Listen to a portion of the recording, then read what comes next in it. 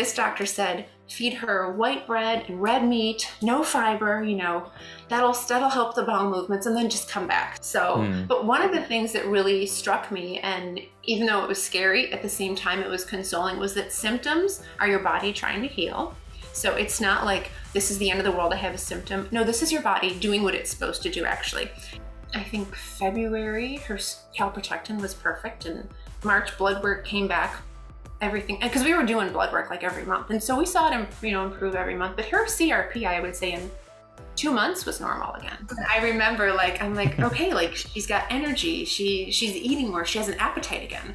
So I could see things shift. And by then the bowel movements had already started to come down, and they were already changing it consistently, and getting consistency. You were like my phone a friend, like, okay, I need like someone to talk me off a ledge, tell me it's gonna be okay, like this is fine. And you did, and you were always right, like when you said something, it always worked out the way you said it would. She's totally normal, totally fine. The life of the party, she's like funny, energy. Hello everyone, welcome to another video, and this is one of our podcasts as well, one of the first testimonial podcasts that we've had on the show. So I'm joined by Stephanie, whose daughter has healed from IBD. Welcome to the show. Thank you. All right, so Stephanie and her daughter have been through, and the whole family, have been through a huge journey over the last couple of years, and done an amazing job. So what we're going to do today is find out a little bit about their experiences as they went through their healing journey, and the whole family learned about a lot of new information, and actually not a lot of new information because you're already plant-based and well aware of a lot of the things when you first contacted us. But let's start from the beginning, and let's talk a little bit about what happened with your daughter and how she got diagnosed, and we'll take it from there. So it was July of 19, so just over 2 years ago, that she started having diarrhea here and there, and then it became a lot more, and I was like, okay, what's going on here? So I thought maybe it was a food sensitivity, or I was like trying to put different things together. So it went on for a while, let's say at the month and a half mark. Then she started having mouth sores. Like first it was a canker sore or two, and then one day she showed me and there was like 10 in there, and I was like, okay. Then I started Googling, and I came up with it pretty quickly that it seemed like Crohn's disease. She was getting fevers a lot.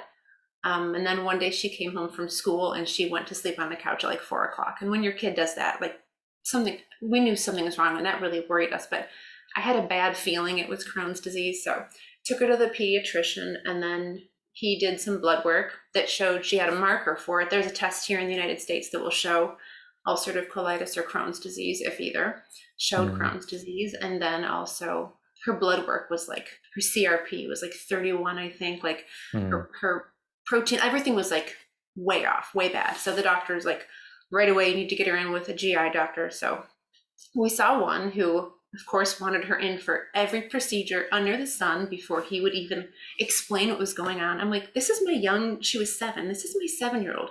You want to put her under for a colonoscopy, do all this other stuff, and you won't even like walk me down a path, like help me understand how this works. So what do we do? So luckily we found another one who said, okay, I think this is what she has. After examining her, I said, I'll give you a couple months, come back and we'll do the colonoscopy and we can go from there. I said, okay. So on the thingy he wrote, we'll come back for colonoscopy with probable Crohn's diagnosis. So he was kind enough to give us time for whatever reason, because honestly, I was praying about this. I'm like, I don't want her going down this road. I didn't know a lot about it. My mom's first husband, so before I was born, he had Crohn's disease, and he ended up killing himself because it was 45 years ago. She said the doctor mishandled him, didn't know what was going on. Like his life was a mess because of it. So that was the only frame of reference I had in my head. So I was like, okay, I'm not even going there. So this doctor said, feed her white bread and red meat, no fiber, that'll help the bowel movements, and then just come back. So by the 3-month mark that we came back, and he was like, oh, must have been an infection. So in that time, we did a lot of research. We were already plant-based for the most part. Now, my son has a lot of food allergies, so he's always been very restricted in what he could eat, but she never had anything. So she would go to grandma's a couple times a week, eat cheese, eat snacks, eat whatever she wanted. So plant-based at home, but a lot of other eating, if we would go out to dinner, she would get chicken tenders or whatever. So I was like, I know diet's important. I've been a a follower of John McDougall for a long Mm. time. And I've read about him using his diet to help patients, reverse IBD or put you into remission or whatever. So I started looking down the diet path right away. And I called a homeopath right away too, because, we firmly believe that that's super helpful in a lot of like chronic conditions. We started Mm. her on that. And in the beginning that she had one symptom on her rectum that went away. The mouth sores stopped, the fevers, those things like really slowed down quickly. But I knew that nutrition was super important, and I had to find the right way, because part of me was like, I'm already plant-based. Like, how is this going to help me? I already know what to do, right? So I'm like, maybe she's unhelpable because she already eats better than 95% of the kids. She's never had soda, never had a fruit roll up. You know what I mean? Like, she ate so well. So I'm like, maybe she's just not going to be helped because her diet's already pretty clean. Mm. I found someone named Chris that had gone through your program. And I Mm-hmm. think he is now a nutritionist too. Mm-hmm. And I found his post and I was reading his, and then it linked to you guys. I heard a podcast with Dr. Alan Desmond. So I was Mm-hmm. like, okay, I feel like maybe I've stumbled upon something that can really like put us down the right path, because I didn't want any medication. No, like that was just not going to be an option unless we were at like the worst possible point, So Mm. stumbled upon you guys, watched some of your YouTube videos and your testimonials, and I was just like, and like I said, I was praying too. So I'm like, maybe this is it, maybe these guys can help. So we did our intro meeting with, I think, Shamiz for a second, but then you.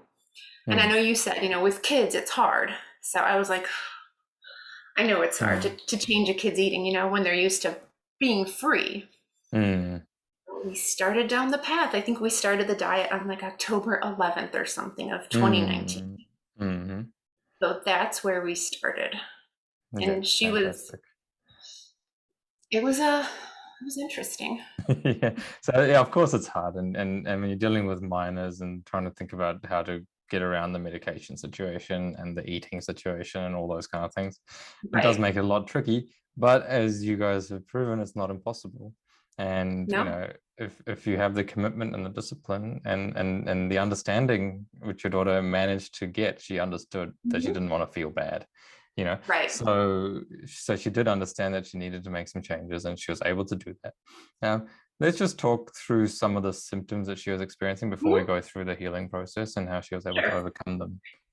So in the beginning, it was, like I said, the diarrhea that started slowly, maybe once or twice a day, wasn't too bad. I think when we talked to you guys, it was still only maybe 3 times a day, but Mm. she had a lot of mouth sores. She had an abscess. She was getting fevers frequently, not high, but, like just a little bit almost every night.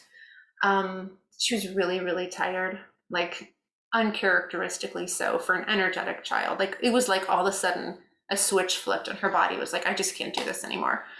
And so that's when we started. Do you want me to go into the symptoms as we healed or not yet? We'll go through the detox process, but like, Okay. did she have bleeding? Did she have any mucus in the stool? Any of that kind of thing? No, she never had that. It was always just explosive, watery stools. Explosive watery stools and pain, because a lot of people with Crohn's tend Um, to have pain in the bowel and she really didn't have much no. pain. That was the Mm. interesting thing, that looking back as a kid, she would get gassy very even as a baby. She was very colicky and stuff. So maybe the only thing was gas pains, but I don't know that that's just Mm. attributed to that, or just, in general maybe. So I can't say she had a lot of pain, thankfully. Mm. Okay, cool. So yeah, so it's a couple of interesting things that you just mentioned there, like that she was eating quite a healthy diet. I mean, you compare to the average population and things like that. Right. So a lot of people ask us, well, okay, so then how come someone like that would end up with this kind of disease as well? Right. So, what I try to explain to people is that the body will do things depending on the situation, the level of toxicity, and the amount of energy that somebody has within Yes. themselves. Okay, so just because you're eating healthier, even if you are doing some things that aren't ideal, you're going to build up a bit of toxicity. But Right. if you've got a lot of energy in the body, then the body may actually reach a tipping point where it decides, am I going to store these toxins or am I going to evacuate those toxins? Right. And your daughter's body decided, well, we're going to try and clean house. All right. Right. And so that's what started happening. So then she starts getting all these symptoms, where somebody else's body, they might not have even been as, it might be even more, might have more toxins than your daughter did. However, I guess, you know, their body may not have the enough energy to go through that process at this point. So maybe it happens to them a bit later on in life. Okay. And so that's the kind of understanding I have around why some people get it at a particular stage in their life, and some people get it maybe something else later on, or Yeah. when they're a bit older, etc. And my Right. theory was too, there was a lot of stress going on in her life at the time.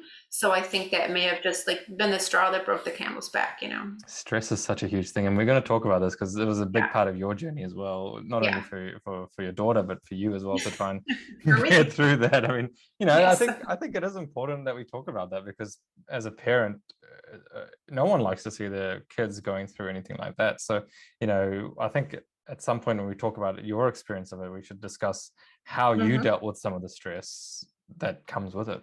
Okay. But okay, so now you've found High Carb Health, and you want to work with us, and you've spoken to Shamiz, and you're quite inspired to get on this journey. Uh, what was some of the things that you learned? Because we do have some information there that's slightly different to what you hear from all the plant-based professionals, because especially around self-healing, we have a different thought process around how the body heals, and level understanding of the physiology of that. So maybe just share a little bit about the information pack you got, and what you picked up from that. So it was a while ago, so I'm gonna have to think Mm. back. And a lot of it, like I said, since I was plant-based and did know a lot about like McDougall and other things and like True North Health and stuff, a Mm. lot of it wasn't new to me. Yeah. It just felt extreme for a kid at the moment. You know, when your kid's used to being a normal kid, you know, it's like, wow, Yeah. this seems like a lot. So, Mm. but one of the things that really struck me, and even though it was scary, at the same time it was consoling, was that symptoms are your body trying to heal. So it's not like this is the end of the world, I have a symptom. No, this is your body doing what it's supposed to do, actually. And inflammation, I'm sure you'll remember my emails about inflammation. Is it inflammation? I was like obsessed with that word. But really, that too is a healing mechanism for your body. So, you know, we respect it when we have a cut and it's red and it hurts and we know it's trying to heal it.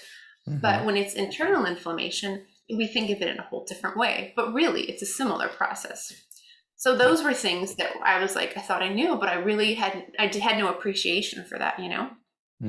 Yeah, I think that's a beautiful point. I think that's one of the biggest things that we like to teach people, is that understanding what these symptoms mean, you know, because a lot of the time we're not told, okay, why does the inflammation come? Okay, why would the body create an ulceration? You know, why does it do those things? And we like to teach that. Obviously, I can't go into all that detail here today. We're going to Right. discuss the journey you went on. So, okay, so the change in the diet and the detox process. So let's first of all talk about how you went about discussing with your daughter that she was going to need to make these changes, and how she coped with that. Um, I just said you have an angry belly. It's not happy with what you're doing now. And so we don't have to go on medication or have to go to the doctors a lot. We're going to have to try a way of eating instead that will make you feel better. Mm, So again, she was familiar with a lot of it because that's how we eat normally. You know, we don't use oil really and that kind of thing. But for her to not be able to have choices anymore, I feel like was the big thing that got to her. And she was depressed about it. I would say for a good 2 weeks, she really felt left out. She really felt like, I hate that I have to eat this way. It was a process. But as I mm, explained to her that the food will help her heal, you know, we look at food in a different way now. It's not just a treat or a fun reward all the time. It's fuel for our body, and it's also medicine for our body, kind of. mm. So she wrapped her head around it, and she wasn't happy in the beginning. I mean, she didn't like she didn't like bananas, she didn't like potatoes. I was like, she didn't like smoothies. I'm like, what am I going to do? Like, I remember the first day I blended up some bananas into like an ice cream, and she like wouldn't eat it, and I'm like, this is never gonna work. I was like so discouraged. I'm like, what am I gonna do with her? So, but I explained to her too, like her brother has anaphylactic food allergies. I'm like, he's always eaten a certain way to keep him safe and to keep him healthy. You're going to have to do something similar. And I didn't tell her it was forever. You know, I wasn't like, this is the way you're going to eat forever. I said, this is a short process. We'll see, you know, we'll give it a little while. Let's see how it goes. And then I just kept like extending it. So she didn't view it as like, oh, you know, my life is over, you know, like this is awful. I'm never going to be able to eat these things. Like about 2 weeks into the healing diet, we had to go to my niece's graduation party. normally she gets all the cake, my daughter would eat all that stuff. I remember her eating like grapes at the table, like, because we weren't, we were just on the transition, and I felt so bad for her. And she felt bad for herself. But where you start is not where you end up. So that's how we started. That's right. Okay. And as her, as she started to eat better and started to clean out her diet and make those changes, let's discuss how her body changed and some of the things that it did and what you noticed happened during the healing process. So again, the mouth sores and the fevers had kind of stopped with the homeopathy, but the bowel movements were getting worse, right? Like even with that. So once we started the transition diet, they got worse and they got more and more. And I think we were on that for like a month, maybe. Like, so it's basically, plant-based eating, and like she would have like a banana for breakfast. And again, this is after like making, be like, you're gonna eat a banana today. But she had more bowel movements. I mean, we started at like, let's say 3. One day we were up to 8, and I was like, oh my God, like this is not working. Like, and then that was the peak, and then it went down. So there was a time where they just kept increasing, and I was freaking out. I was like, this is because I was worried she was going to lose more weight, right? So with every bowel movement, I'm like, she's going to lose more weight. She's going to get, and I'm going to have to take her back to the doctor, so it was scary, I'm not going to lie. She had some hair loss, which was heartbreaking. So those were our biggest ones, though. I mean, that was the biggest thing for us, I think. Yeah, and we try and explain this to everyone who wants to work with us, is that most of the time as the body heals and removes those toxins, it's actually going to increase the symptoms before they start to subside. And the other thing people don't understand about how the body heals is that it heals in waves. So it goes through waves of healing. And so the first one's obviously always going to be the most intense, but as time goes on, you get subsequent waves which are less severe, but still can cause some discomfort or an uneasy feeling as you go through that. In terms of the detox, so obviously the bowel motions increased and the diarrhea was more frequent and that kind of thing. Is there anything else that she experienced as she went through that process? She had a lot more urgent stools, and in the middle of the night she would get up, and she never did that before. So that really scared me. I'm like, now she's waking up in the middle of the night, can barely make it to the bathroom to go to the bathroom. And I was like, oh, this is not good, and again, with the way I remember talking to you, and you're like, she's going to lose weight. I'm like, she can't lose any more weight. She's already like so tiny. And luckily she didn't lose them. Your body knows when to stop in most instances. Her body had a natural point that it went to. But I mean, and she had a little fear. I mean, she was worried because she knew that this wasn't right. And that as the symptoms increased, it made her more nervous too, She's like, I thought this was going to get better. Like, it's not getting better. So trying to convince your kid, one time she was like, am I going to die? I'm like, no, you're not going to die. It was scary for her. Yeah, absolutely. And I think, your role in keeping her grounded and keeping her confident in what even though you may not have been at the time, but you really put on a strong front. I remember talking to you and you'd kind of download everything onto me. That you yes, I would. I was pretty sure at one point you would stop responding to my emails. Like, I thought I was gonna go straight to your spam email inbox at some point. Like, nope, we're not talking to her anymore. She's crazy. No, we'd never do that. But in terms of, that was the way to do it, right? Because you could take out all those fears and download them onto me, and I could talk you through them. And then when you went back to talking to your daughter, it was, a strong, I guess, stance on making sure that you were confident about it, and she felt like she was being supported throughout that whole process. Because of course, if you've never seen it happen, like I've seen this happen hundreds of times, right? So I've seen hundreds and hundreds of people get through this process and come out the other side, whereas you're seeing this for the first time. So of course it's disconcerting. Like when we went through with Shamiz, we were scared, right? Yeah, he was an adult. Yeah. So of course you're going to have these thoughts come up, and that's natural. You're a human being, but that's why we exist. It's why we do what we do, so we can talk you through why these things are happening. And I think that was a huge part of the process for you. And I think it's important at this point. You just mentioned a little bit about her anxiety and the stress and things like that. So let's just discuss how you find that affects her symptoms, because it's a huge aspect of any kind of healing is trying to manage your stress, and then stress can exacerbate symptoms, or it can bring on symptoms even. Just discuss how you guys dealt with that.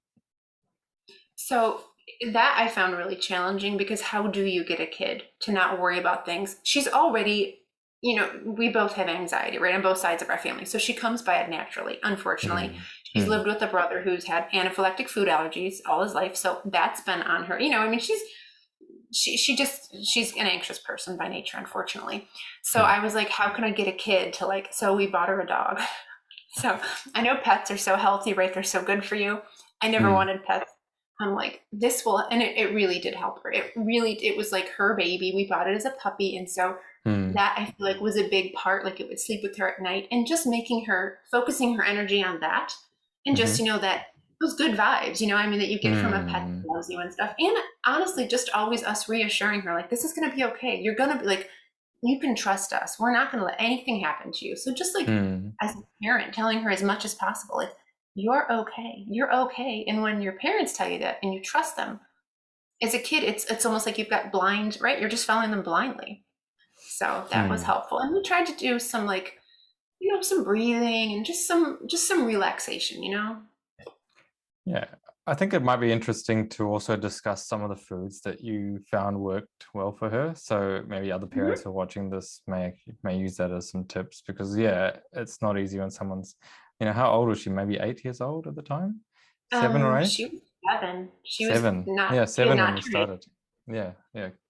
So So to be able to do that, and what are the things that you found worked, what didn't work? I mean, obviously every child will be different, but some people might right, take some right. tips from that. Oh, and one thing too, while she was going through it, she had very little appetite, Hmm. which made sense to me. The more I thought about it, so that was hard too. Like, not wanting her to lose any more weight, not wanting to shove food down her throat and make her feel crummy, because that doesn't feel good when you already don't feel like eating. So that was a challenge too. Was her just eating in general? At some points, she just wasn't feeling it. Yeah. But like I said, she didn't like bananas or smoothies, or she ate strawberry. There was like her fruit, strawberries and blueberries she would eat, but that was really all that she ate for fruit in general. Like, so Hmm. we went from like, she was having like organic waffles for breakfast, and then we changed to, okay, on the transition, we'll just do bananas. So she would have water, and then she would eat 2 bananas, and that's what she ate. And we would do like beans and rice for lunch, or like a gluten-free pasta. That was kind of Hmm. like our transition. And obviously potatoes, like a lot of potatoes, Hmm. which we had to stumble through that too, because she didn't like mashed potatoes. She didn't like, oven roasted potatoes, and you can't use any oil. So it's Hmm. like not the tastiest of things. Didn't like squash, sweet potato, tried soup, will cry if she eats soup. Both my kids hate soup. I don't know what it is. I apparently gave them a really bad soup at one point. But we tried like twice baked potatoes. We finally found, we got a French fry cutter. And who doesn't like French fries, right? And we had an air fryer. Hmm. So we would do either the twice baked, because she would eat that. So all that meant was, I would steam it and then mush it a little and then put it in the oven so it's kind of crispy, and Hmm. then French. So she lived on French fries, and that's what she ate for a long time, was the potatoes at night. Yeah, but she, what, she really came around, because, and she still Hmm. won't drink smoothies. She will not drink smoothies. She just hates them. Hmm. So she ended up kind of growing to like bananas. Like, Hmm. she was okay with it. And then we did grapes, we did raisins, we did apples without skin. So trying to find those fruits that were easy to digest, because she really, strawberries in the beginning, not the best thing. So those were the fruits that she ate: bananas, grapes, raisins, and apples. And that was, Cool. and then potatoes and steamed veggies at dinner. That's what she ate. Yeah. But she And came around, she can't, yeah. kids I adapt. mean, yeah, kids do adapt, and they're amazing at that. And the other thing is that taste buds, they change Yep. as you make changes to your diet. So it takes a little while to adjust. But taste is also a learned behavior. So everything that you like to eat now, for anyone watching this, you've actually taught yourself to like that. And you can change that if you really want to, but it just takes some time and some effort. Any new learning is a bit challenging at first, and over time you get to like the different tastes and flavors. And the more you eat it, the more you like it, and then the better you feel, the more you like it. So, And she did get that at some point. And she mm, didn't even like spotty bananas. She liked almost green bananas. So I'm mm, like, given her bananas, a little bit of green on them, but that's the only way she would eat them. So that's what we did. You gotta do. And in fact, some of those bananas have a bit of resistant starch in there, which is actually good for the Yes, bacteria. and more So it's actually probiotics. more prebiotics. Yeah, yeah. Yeah. So I mean, we don't like to eat a lot of green bananas, but some here and there is actually not a bad thing. It In was a starting terms, point, just to absolutely, get her to eat them. absolutely. And if you're not eating them, then that's obviously better than no bananas, right? So, Exactly. um, now she's gone through the healing wave and things are Mhm. starting to get better. So I think it's important to explain to the audience what that looks like, because you're not going to stay in that kind of detox phase forever. At some point the body switches and it starts Yeah. to improve the symptoms. So let's discuss that and how she felt and everything else. Yep. And I remember that was like the second week in November. So Mm-hmm. we've been on October. We started with you October 10th or 11th. So we're about Mm. 6 weeks in. And the weight loss stopped after a couple of weeks, and she only lost a few more pounds. And then it leveled. And then I remember she wanted to go to the mall, which she didn't want to go anywhere to my mom's house. And she loves grandma, didn't want to go to my parents' house, didn't want to go to the store after school. Like it was just, she didn't want to do anything. And we had a vacation coming up and she wanted to go to the mall to shop. And I was like, oh my goodness, like, wow, she must be feeling better. And then she Mm. started to eat more. Then she was like asking for more food, more food. Mm. And Mm. I remember telling you, and you're like, okay, it sounds like we've rounded the corner, but just in case, just be chill, be chill. But that's when I remember, like, I'm like, okay, like she's got energy. She's eating more. She has an appetite again.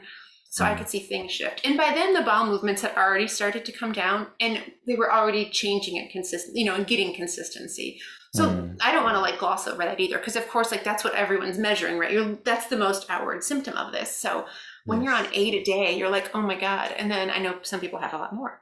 Mm-hmm. But once they started going down from Mm. that, oh, that was progress. And then you start to see them firm up. So you can see like evidence in front of you that like, Mm. okay, like things are coming together. Like this is going to be okay. So Mm. those things, like the bowel Mm. movements getting better and the energy and the appetite really made me think, okay, something's good here. We're Yes. okay.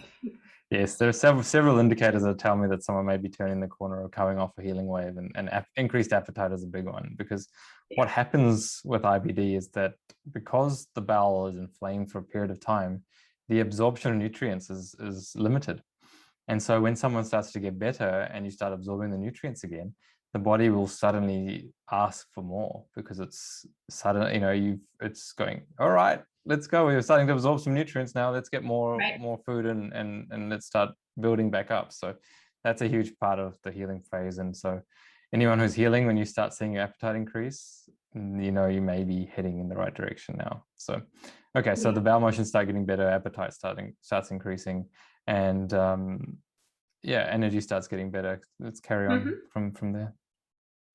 And so, we did blood work again too. So when we did the blood work mid-November again, her CRP was still high. I think it was 16, but it had been cut in half. Yeah. So I'm like, okay, again, we know we're going in the right direction. There were some other things that were looking a little wonky, like that, but I know you had said, listen, your body's adjusting itself. So this isn't like, give it time. And so we Hmm. were worried that maybe we'd have to start her on like a Kate Farms product. Her albumin was low. I think that maybe Yes. was it. Yes. It's very common. Yeah. Yeah. But all those things, they did work themselves out. But the blood work helped too, right? And then I remember going on vacation at the end of November and she was eating so many potatoes. Like it was like a running conveyor belt. She'd eat a few, put more in, eat a few. I mean, my brother was like, she eats a lot. I'm like, this is good. This is really good, actually. You should be really happy because we're thrilled. We'll give her Hmm. as many potatoes as she wants. So, Yeah, and really absolutely. from there, it was up. I mean, I'm sure like at the moment, I know I was like emailing you all the time, like, what is this? What is this? But really looking back, like you could see a clear trajectory of things getting better and Hmm. things like improving and then learning to rely, which I'm still, working on just not one thing. Like don't have laser Hmm. focus on just one thing. The whole picture matters. So when you see someone that a few months ago had no energy, no appetite, all these things are changing. Clearly her body's like waking up, right? Things are healing, things are getting better. And so you just have to like, I feel like pay attention to those things and like kind of say, okay, there's still not everything's perfect, but we're moving in the right direction. And we see like constant progress. And by, I think February, her calprotectin was perfect and March blood work came back everything, because we were doing blood work like every month, and so we saw it, improve every month. But her CRP, I would say, in 2 months was normal again. So I mean, looking back, it felt like a really long process. I mean, or when I was there, but right now I'm like, that actually didn't take that long, but it felt like it was taking forever. Yeah, when you're in the thick of it, it seems like time just stands still. But Yeah. yeah, it's only a snippet of time in their life, and the best thing is that the body is very good, or the mind is very good at forgetting pain and suffering. Yeah. So she probably is starting to forget what that whole experience felt like in a way. She probably is starting Yeah, to. I think so. She doesn't really ever talk about it. I mean, Mm. she never seems to really like, and you know what? She loves the food. She says, she goes, my taste buds have changed. Like, she's Mm-hmm. really happy with what she has now. She doesn't miss anything. Obviously she eats a lot more now, but Mm. she really came to be content with what she had. And I think it's because she felt so much better and she Mm. was feeling more normal in that way. Yeah, absolutely. And that is a huge part of it. When you feel good and you know that these are the things that got you to where you are, you just want to keep eating those things because that's what Right. got you to feel nice and feel happy and comfortable and not having to run to the bathroom or have sores in your mouth and that kind of Yeah, thing. Now, exactly. um, after she had healed, you guys still went through a bit of a bumpy ride in terms of, if you saw a little something untoward, it only lasted maybe like one bowel motion that wasn't as nice as Oh, some of the other ones. And I remember you messaging me, a few months down the line, oh, Shikul, she's had one bowel motion that was a little bit looser than the other ones. Is that okay? What's going on? I think yeah, everybody has that feeling where there is a little bit of post-trauma that is associated with that. And is it going to come back? for And am sure. I going to deal with this again? So I think not only from her side, but from your side. Actually, before we start that, talk Mhm. about your experience too, like from a parent's perspective, how that whole process went for you and how you were able to deal with it. I mean, this is the real story because she was fine. Looking back, she had a couple rough weeks, but I mean, she was okay. I was the one that was like a basket case. My husband was fine. He's like, I totally trust whatever you've put in process. He read everything. He's like, I'm all in, and he was my rock, thank God, because I don't know what I would have done. Mm. But I was terrified. I was terrified the entire time. And I'd still like, I feel like I'm still PTSD from the whole thing, like I hate bathrooms now. I hate toilets now. I just like, I was emailing you all the time. Like every Yeah. time something crazy would happen, that's why I'm like, he's at some point just going to stop answering me because he's sick of like answering the same question 12 times. But it was really, really hard. And the weird thing was, I don't know why it hit me so hard. Because again, Mm. I have a son who could eat a peanut and die, right? Like that's pretty big. Why Mm. isn't that scarier in my head? I think I've come to terms with that, but I also think that plays a part in my stress levels with it because I Mm. got through him, like, okay, like he's older, he can, and we actually had just started, just when this happened with her, we had just started an OIT treatment with him, which is where they give you minuscule amounts of your allergen, right? So I was like, okay, Mm. there's like light at the end of the tunnel. He's gonna be able to go out to dinner with his friends when he's older and not have to like worry about it. And then things start with her. So I Mm. was already traumatized, I think. But for some reason with her, I don't know why this felt like the end to me. I don't know why. It was terrifying. Mm. Terrifying. I'm sure because she was so little, if she was Mm. 16, it probably wouldn't have been a big deal. But just when you see a little kid, and to know that when your kids are little, you don't have as much freedom with them as you do with your own body, right? I can just say, I don't Mm. want to do this and walk away from a doctor. Well, if your kid's in danger, you might be forced to do something you don't really want to do or you don't think is in their best interest. So that's why I had a friend who has colitis and she's like, make 2 appointments with a GI doctor. Just find another one just in case, get a second opinion. And thank goodness I did because Mm. the first one, I already had the pediatrician call me 2 days later. You saw this guy, have you made an appointment yet? What are you doing? I'm like, and I'm not, yeah, that was really scary to me. I'm Mm. like, nope, I found this guy, I'm going with him. We decided not to use this other doctor. So I already felt pressured that way, and then she was late to school a lot of mornings because she was Mm. tired and stuff. And so there's a lot more stress when it comes to a kid because there's so many worries, like so many things that feel like really big problems. And then everyone will have an opinion. Everyone has an opinion, right? Yeah. Why are you doing this? Like, is this safe? And Yeah. luckily my parents were really on board too, so that helped because we're really Yeah. close to them. And I had my Right. mom watch all of your videos one time. I'm like, what do you think? Like, I found them. Like, do you? She goes, that sounds good. That sounds good. Like, call him up. Because she was worried too, because her first husband, like she had a history with Yes. you, so she didn't want to see her Yes. her little Absolutely. granddaughter like go through anything so traumatic. And I know they were Mm, worried too, but they were mm, they were really supportive. They trusted mm. in me and what I had found, and so that was helpful. Yeah. And so how have you over time been able to deal with that so that when and if there is a random bowel motion that doesn't look exactly like a normal one, or Right. there may be like a time where something happens in the tummy, here's a little grumble, something else happens in there. How have you just decided to work your way through that so that yes, it'll still cause you some concern and Right. the alarm bells will come off, but how do you control that and manage that and keep your peace? Right. Well, I've educated myself a lot on other things that contribute to bowel Mm, motion. So it's not just one thing. There's stress, there's anxiety. Like mm, so many things play a part. You can't mhm. look at one thing. So let's say she has a day with some weird bowel motions, and maybe, and you know what, finding out what foods just might not agree with her too. Like that's Mhm, been, we figured out like coconut milk, even light coconut milk with no additives. She can't, for whatever reason, her belly doesn't like it. So mm, you learn to look at like a whole picture. And if my husband was watching, he'd be like laughing and be like, yeah, you can't do that. You don't do that well. And I don't. So it's still a struggle. But he's really good about like, okay, let's not mm, let's not have like blinders on to look at one thing. You need to look at the mm, whole of her, right? Like she's a thriving, fully grown. You know what I mean? Like she's a fully whole person that has no evidence. You never know anything was wrong with her ever. So it's like yeah, you look at the whole picture, right? Just like you would look at yourself without, if you didn't have anything wrong with you. Everybody has stomach mm, cramps, or everybody has to go to the bathroom urgently one time. I mean, we all have those things. It doesn't always mean the mm, worst. And you know what? Even people that have recovered from bowel diseases are still going to have weird things happen, because that's how our bodies like interpret life, right? I mean, mhm. processing emotions, foods, the weather changes. I mean, Oh it yeah, all kind of adds up. absolutely. So it's just looking at the big picture, like Mm, that you have to pull yourself back and really think about that. yeah, that's what I tell our clients is that if you never knew that there was a diagnosis, or so you went and see a doctor who never knew about your diagnosis, and you explained to them how you're feeling now, would they think anything is wrong with you? And the answer would be Right. no.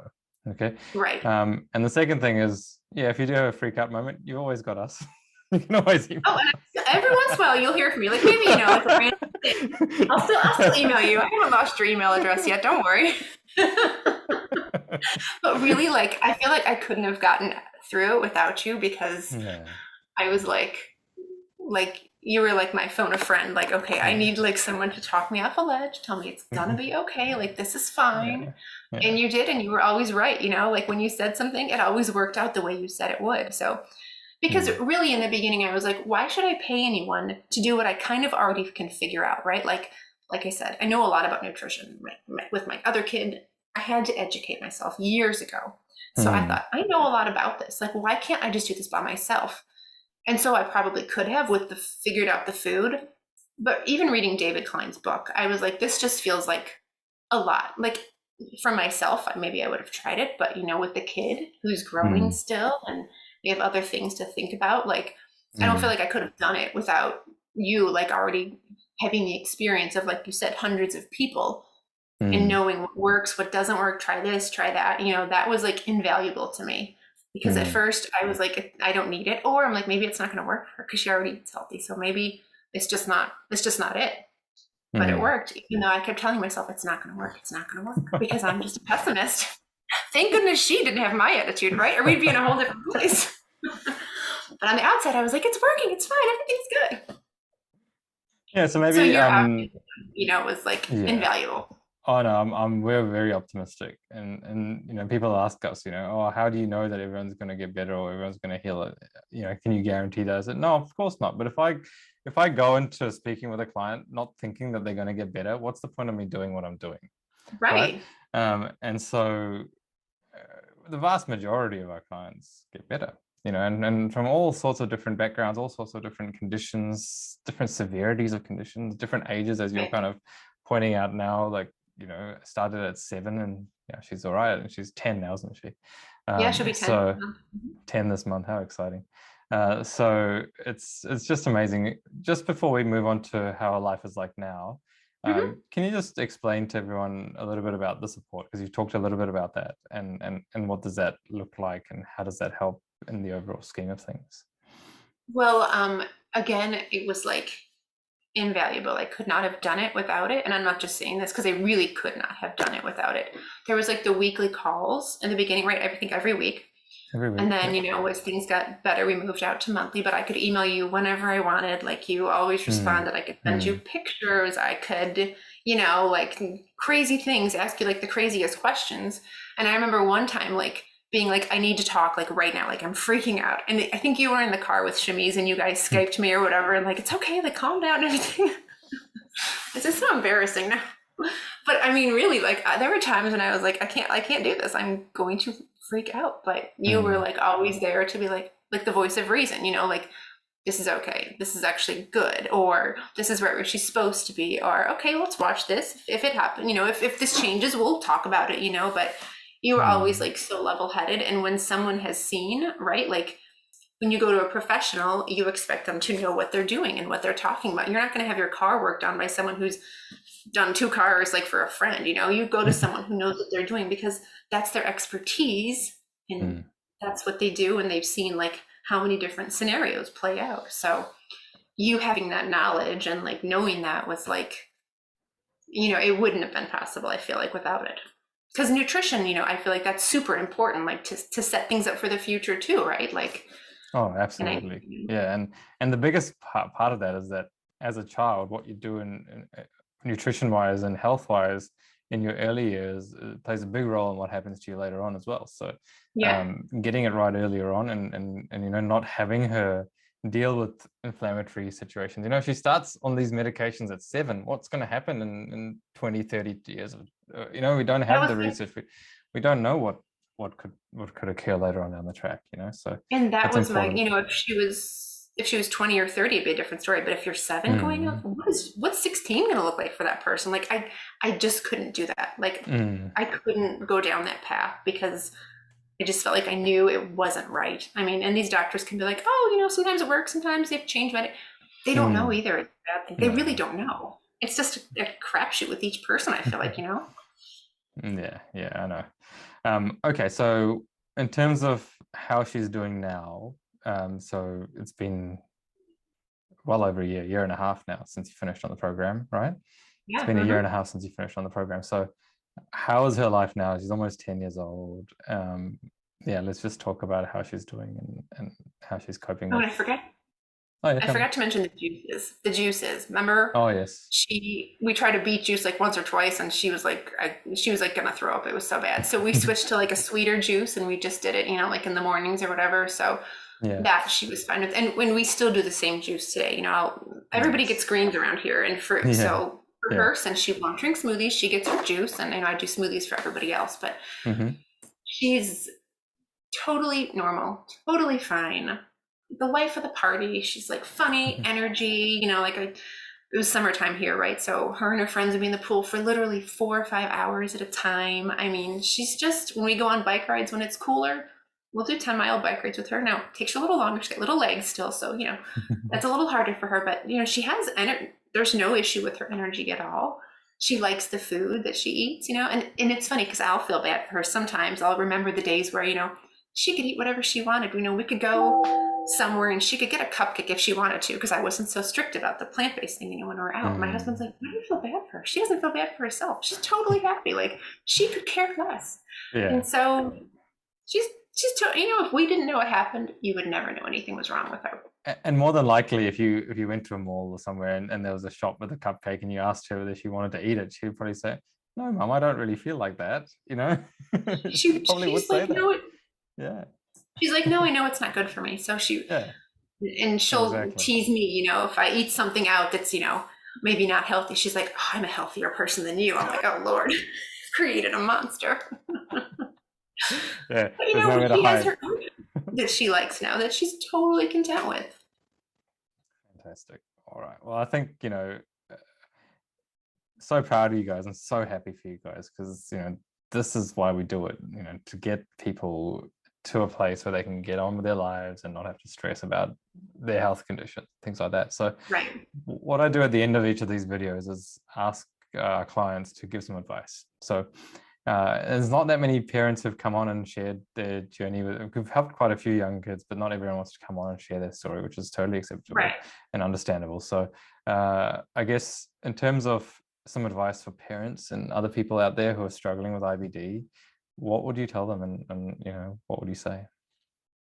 I would say like do a lot of research, but see where your research is coming from, right? Like, Mm, you know, the principles of health. We all know what's good for us, right? Fruits and vegetables are good for us. There's so much science out there now telling us meat's not really good for us. Like all processed foods are not really good for you. You know, we all kind of know that, but it so matters what you eat, because I know a lot of doctors are like, it doesn't matter what you eat. Well, that makes no sense. So if we mm, think logically, right, and we do our research from like scientific, you know, sources, you can see that this should work, right? That this makes sense, like on an overall level.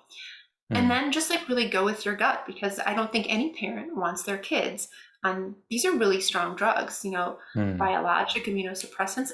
Nobody really wants their kids on those. So, and as parents, we have to make hard decisions, which, you know, we need to do things for our kids that are hard for us too. You know, it may have been easier to go on medication because then maybe the symptoms would have cleared up right away. And, you know, but you know what? That's not looking down the road to me. Like, and being a parent's hard work. So sometimes we have to do these like really hard things to just do what's best at the end of the day, and just to trust your body. You know, our bodies were not mm, made to like need doctors or need medication, and so by virtue of we're imperfect humans, you know, life isn't so good. There's toxins and stress everywhere. Like, so our bodies can't withstand maybe what they were made to, but they're always trying to heal, right? No matter what condition you have, your body knows what to do in a lot of instances if we get out of the way and let it do what it knows how, what it was created to do, right?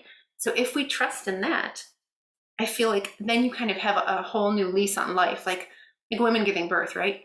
We don't need doctors necessarily. Sure, there's complications that come up, but your body knows what to do. It was made to do that. So I think that's a lot of it, is just trusting in the body and just knowing what makes like logical sense. Maybe it's logical to me because I've immersed myself in this for so long, but and the principles of just, you know, the food, that the fiber is good for you. We all know that right now. Like that's like a fact at this point. Fiber is really good for you, but the fiber you eat matters. Your microbiome matters. All these things like play such a bigger role beyond just our digestive health, right? Like our entire like and our entire bodies, and you know, our whole our attitudes even, right? I mean, our anxiety levels can be tied to our gut. So just that it's super important to make sure that you're like setting the building blocks for your kid to be super healthy. And it's scary, but it's possible. It can be done. I thought it wasn't, like I was like a naysayer, even though I would have told someone else to do it. I was like, oh no, it's not going to work for us, but it does. And that was a big reason why I like agreed to do the video, because it's still hard for me to, you know, I take myself back there mentally, and it wasn't a fun time. But if mm, other parents can like gain confidence, like, okay, this is possible. Like my kid can have a really good outcome too. There's no mm, reason why they can't. Because if your kid has this at a young age, it's probably a genetic, you know, predisposition, right? So there's, mhm. you might think, well, it's not possible, but you know, epigenetics, right? You know, Yes, our body, you know what I'm trying to say, like the yes, environment pulls the trigger, right? So it could be there, but yes, you don't have yeah, to set it up to go down that yeah, road. So you can absolutely. walk that back. The genes load the gun, and the lifestyle pulls the trigger. Yep, There that's you go. So we can walk it it. back, you know, and our Yeah, kids are okay. little. Their bodies are meant to, they're even better at healing than we are. So Oh, why much not give better, them? much better, much better. Yeah. All right. This is my favorite part of the session. All right. So as I said, Shamiz and I are really happy for you guys, and we're so stoked that your daughter was able to do this. Your daughter now has a life after Crohn's. Totally. You She know, did. and that's, oh, I love saying that. But you know, thank you so much for coming and sharing. I know it wasn't easy, and I know it's, you know, obviously a traumatic time for you, and to relive that is not you know, something you really want to do. But I think, you know, paying it forward the way you've done, and sharing your story so that other people can benefit, I'm really proud of that, and happy that you came on and shared, and very grateful for you. So thank you so much. Yeah, yeah. So for you guys watching the video, thank you so much for watching. I hope you got something out of the video, some really valuable information shared by Stephanie here. If you're watching this video on YouTube, please give this video a thumbs up, and subscribe to our channel. Also click on that little bell notification icon so you're notified of all our recent uploads. And if you're listening on the podcast, thanks, and we'll see you for the next one. So until next time, everyone, make sure you eat plants, and lots of them. Take care. Thank you, Stephanie. Thank you, Shakul. Give this video a thumbs up if you know what it's like to live with IBD, and subscribe to the channel for more videos like this. This channel is designed to help people recover from colitis, Crohn's, and any other form of IBD. You can always head to our website, highcarbhealth.com, for a free 30-minute consultation from anywhere in the world. And remember, there is a life after colitis.